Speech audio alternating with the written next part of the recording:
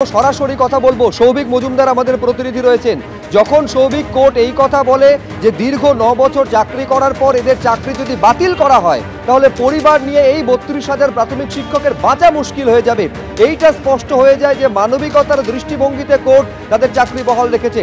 আজকে এই নির্দেশ দিতে গিয়ে সিঙ্গেল বেঞ্চের রায় খারিজ করতে গিয়ে আর কি বলল কোর্ট? দেখো, এই যে রায় আজকে কলকাতা হাইকোর্টের ডিভিশন বেঞ্চের তরফ থেকে দেওয়া হয়েছে, সেই রায়ের দুটো দিক রয়েছে। একটা, যেমন তুমি বলছিলে যে একটা মানবিক দিক কলকাতা হাইকোর্টের তরফ থেকে বিচার করা হয়েছে, সেটা যেমন একটা দিক, তার পাশাপাশি সিঙ্গেল বেঞ্চের যে রায় ছিল তার আইনি দিকটাও কলকাতা হাইকোর্ট বিচার করে দেখেছে।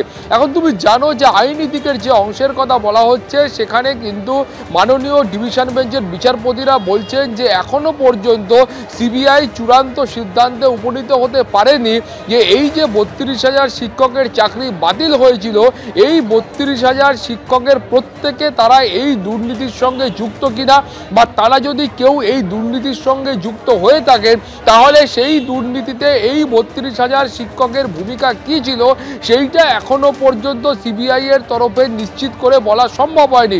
এবং তার পাশাপাশি কলকাতা হাইকোর্টের এটা পর্যবেক্ষণ হচ্ছে যে দুর্নীতির অভিযোগ করা হচ্ছে, সেই দুর্নীতির অভিযোগ মূলত প্রাথমিক শিক্ষা পর্ষদের দিকে করা হচ্ছে। প্রাথমিক শিক্ষা পর্ষদ এই দুর্নীতি করেছে বলে অভিযোগ করা হচ্ছে। ফলে প্রাথমিক শিক্ষা পর্ষদ বা রাজ্য সরকার তারা যদি এই দুর্নীতি করে থাকে, তার দায় এই 32,000 প্রাথমিক শিক্ষক কেন নেবেন, সেই প্রশ্নও কিন্তু আজকে কলকাতা হাইকোর্ট তুলেছেন। এবং তার পাশাপাশি যে মানবিক দিকের কথা তুমি বলছিলে, সেখানে কলকাতা হাইকোর্ট এটা স্পষ্ট করেছেন যে এই 32,000 শিক্ষক তারা দীর্ঘ 9 বছর ধরে চাকরি করছেন। ফলে এই মুহূর্তে তাদের চাকরি যদি বাতিল করা হয় তাহলে সেই 32,000 শিক্ষক এবং তাদের পরিবারের ওপর একটা বিরূপ প্রতিক্রিয়া পড়বে। তার পাশাপাশি এই 32,000 শিক্ষক যারা এতদিন ধরে চাকরি করছিলেন, সেই 32,000 শিক্ষকের বিরুদ্ধে এই সময় অবধি সেই 32,000 শিক্ষকের বিরুদ্ধে কোনো রকম অভিযোগ ওঠেনি। তোমার মনে থাকবে যখন স্কুল সার্ভিস কমিশনের 26,000 চাকরি বাতিল মামলায় যখন বিচার পর্ব চলছিল, একেবারে শুরু থেকে শেষ পর্যন্ত যারা চাকরি হারিয়েছেন তাদের তরফের আইনজীবীরা এটাই বলেছিলেন যে এই শিক্ষকদের বিরুদ্ধেও কিন্তু কোনো রকম দুর্নীতির অভিযোগ বা তারা কর্তব্যে গাফিলতির অভিযোগ সেটা কিন্তু প্রমাণিত হয়নি এবং তারা কাজ করছেন না, সেই অভিযোগও কিন্তু কেউ তোলেননি। এটা যেমন একটা দিক। তার পাশাপাশি কলকাতা হাইকোর্ট আজকে এটাও বলেছে যে সিঙ্গেল বেঞ্চের তরফে এটা বলে দেওয়া হয়েছিল যে 3 মাসের মধ্যে নতুন করে নিয়োগ প্রক্রিয়া সংগঠিত করতে হবে। ফলে ডিভিশন বেঞ্চ মনে করছেন যে এই অবস্থায় দীর্ঘ 9 বছর পরে এই নতুন করে যে একটা নিয়োগ প্রক্রিয়া সংগঠিত করা বা নতুন করে পরীক্ষা নেওয়া, সেটাও কিন্তু যুক্তিসঙ্গত নয়। ফলে মূল যে নির্দেশ আজকে দেওয়া হয়েছে, তার ফলে এই যে 32,000 প্রাথমিক শিক্ষকের চাকরি বাতিল করা হয়েছিল, সেই রায় কলকাতা হাইকোর্ট খারিজ করলো। এই 32,000 প্রাথমিক শিক্ষক তারা যেমন এতদিন পর্যন্ত স্কুলে যাচ্ছিলেন, চাকরি করছিলেন, তারা চাকরিতে বহাল থাকবেন। ফলে সিঙ্গেল বেঞ্চের তরফে যে নির্দেশ আজকে ডিভিশন বেঞ্চে সেই নির্দেশ খারিজ করলো। সৌভিক, আপাতত তোমাকে ধন্যবাদ। আজকে যখন এই রায় ঘোষণা হচ্ছে কলকাতা হাইকোর্টের ডিভিশন বেঞ্চ 32,000 প্রাথমিক শিক্ষকের চাকরি বহাল রাখার রায় যখন ঘোষণা করছে মুখ্যমন্ত্রী মমতা বন্দ্যোপাধ্যায়, তখন তিনি মালদায় আছেন। এই রায় ঘোষণা হওয়ার পর এই রায় নিয়ে সন্তোষ প্রকাশ করেছেন মুখ্যমন্ত্রী এবং তিনি বলছেন যে কথায় কথায় চাকরি খেয়ে নেওয়া উচিত নয়, চাকরি দেওয়াটা দরকার। কি বলেছেন দেখব।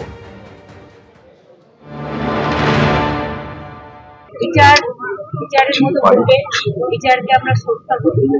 সুতরাং আমি সবচেয়ে খুশি যে আমার চাকরিরত ভাই বোনেরা তাদের চাকরিটাকে সুরক্ষিত করতে পেরেছে। বিচাররা জাস্টিস পেয়েছে এবং তাদের পরিবারগুলো সেভ হয়েছে। কথায় কথায় কোর্টে গিয়ে চাকরি খেয়ে নেওয়া, তাটা তো ঠিক নয়। আমাদের চাকরি দেওয়া দরকার, খেয়ে নেওয়া দরকার। এই যে মানবিক দিক থেকে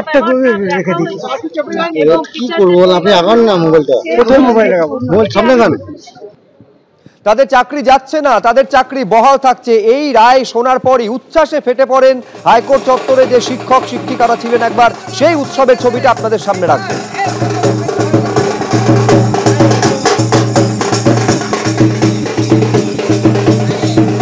এবং এই ছবি দেখা গিয়েছে শহর থেকে জেলা, রাজ্য জুড়ে। আমডাঙ্গার ছবি দেখছেন।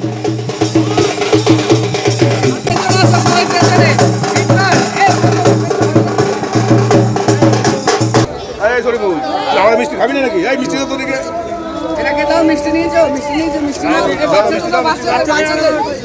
বাচ্চাদের এই বাচ্চা তোরা অনেকটা একটু পিছাও অনেকটা লাইট চলে আসছে খেলতে হবে না ধর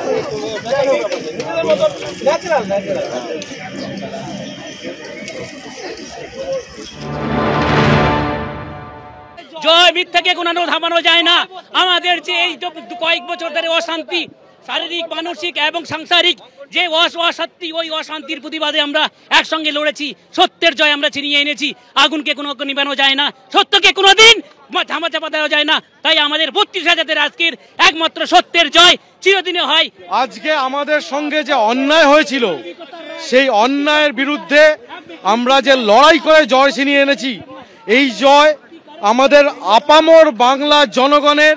আমি একজন প্রাক্তন ভারতীয় বায়ুসেনা, আমি কার্গিল যুদ্ধের সৈনিক। আজকে 20টা বছর দেশকে দিয়ে আসার পরে এই যে চাকরিটা আমি পেয়েছিলাম, আমি কি এই যে অসম্মান, এই যে অযোগ্য ফেলু বিভিন্ন রকমের মন্তব্য, কিছু আনসাকসেসফুল ক্যান্ডিডেট যারা চাকরি পায়নি, যারা পাস করতে পারেনি, তাদের কাছ থেকে এইগুলো কি আমরা ডিজার্ভ করতাম? আমরা আজকে কলঙ্কমুক্ত হলাম। আর কি বলবো, আমরা সাধারণ টিচার কষ্ট করে পড়াশোনা করে চাকরিটা পেয়েছি। আজকে রায় বুঝিয়ে দেওয়া যে আমরা কোনো দুর্নীতির সাথে যুক্ত ছিলাম না। বলার মধ্যে প্রচন্ড খুশি। আজকে আমার সবাই খুশি, আমার সবাই খুশি, আমার পরিবার খুশি। দীর্ঘ লড়াই, যেভাবে আমরা ডিভিশন বেঞ্চে লড়াই দিয়েছি, সুপ্রিম কোর্টে লড়াই দিয়েছি, সুপ্রিম কোর্ট থেকে ডিভিশন বেঞ্চে পাঠিয়েছিল, ঠিক আছে। আজকে ডিভিশন বেঞ্চে যে লড়াই থেকে আমরা মুক্তি পেলাম। সিবিআই যে লিস্টটা দিয়েছে সেটা আমাদের 32,000 বাইরে। 32,000 মধ্যে কিন্তু কোনো সিবিআই রিপোর্টে কোনো ক্যান্ডিডেট, কোনো টিচারের নাম নেই, ঠিক আছে। তো সেই জন্যই উনি আজকে মুক্তি দিয়েছেন। এই রায় সামনে আসার পর প্রাথমিক শিক্ষকদের শুভেচ্ছা জানিয়েছেন শিক্ষামন্ত্রী ব্রাত্য বসু, এবং তিনি বলছেন যে প্রাথমিকের শিক্ষকদের মতো এসএসসির যারা যোগ্য চাকরিহারা রয়েছেন তারাও তাদের চাকরিটা ফিরে পাক, আর সেটা হলে একটা বৃত্ত সম্পূর্ণ হবে।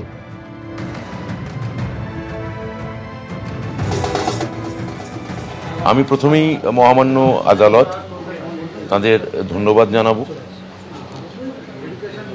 আমি কৃতজ্ঞতা জানাবো মাননীয় মুখ্যমন্ত্রীকে, যিনি সবসময় আমার এবং প্রাথমিক শিক্ষা পর্ষদের সঙ্গে ছিলেন, এবং আমরা যাতে এই কেসটা ঠিকভাবে লড়ে আমাদের 32,000 শিক্ষকের এবং তাদের পরিবারের মুখে হাসি ফোটাতে পারি। আমরা নিরন্তর গত 5 মাস ধরে এই কেসের পেছনে। আজকের এই জয় প্রমাণ করে দিল যে এই সরকার, মাননীয় মুখ্যমন্ত্রী সবসময় শিক্ষকদের পাশে ছিলেন, আছেন এবং থাকবেন। সত্যের জয় হলো। আবার আপনাদের বলবো, প্রাক্তন বিচারপতি অভিজিৎ গঙ্গোপাধ্যায় চাকরি বাতিলের যে নির্দেশ দিয়েছিলেন সেই নির্দেশ আজকে ডিভিশন বেঞ্চে খারিজ হয়ে গেল। 32,000 প্রাথমিক শিক্ষকের চাকরি বহাল রাখলো। এবার যার নির্দেশ বাতিল করে দিল আজকে কলকাতা হাইকোর্টের ডিভিশন বেঞ্চ, সেই প্রাক্তন বিচারপতি অভিজিৎ গঙ্গোপাধ্যায়, তিনি এই রায় নিয়ে কি বলছেন দেখব। ডিভিশন বেঞ্চের তো বিচার করার ক্ষমতা আছেই, সেই জন্যই ডিভিশন বেঞ্চ আছে। তো ডিভিশন বেঞ্চ যা ভালো মনে করেছে করেছে। আপনারা যদি কথা বলেন, আমার তো কিছু বলার নেই, ঠিক আছে। আমি বিচারপতি হিসেবে যা মনে করেছিলাম সেটাই বলেছি। সে তো করতেই পারেন, পার্থক্য তো আছেই, পার্থক্য তো আছেই। এই গ্রাউন্ডে এটা সেটিসফাইড হয়েছে, সেই গ্রাউন্ডগুলো আমি জানতে পারলে তখন আমি কিছু বলতে পারি। তিনি বলতেই পারেন, আমার কি বলার আছে, এটা আমার কিছু বলার নেই। এবিপি আনন্দ, এগিয়ে থাকে, এগিয়ে রাখে।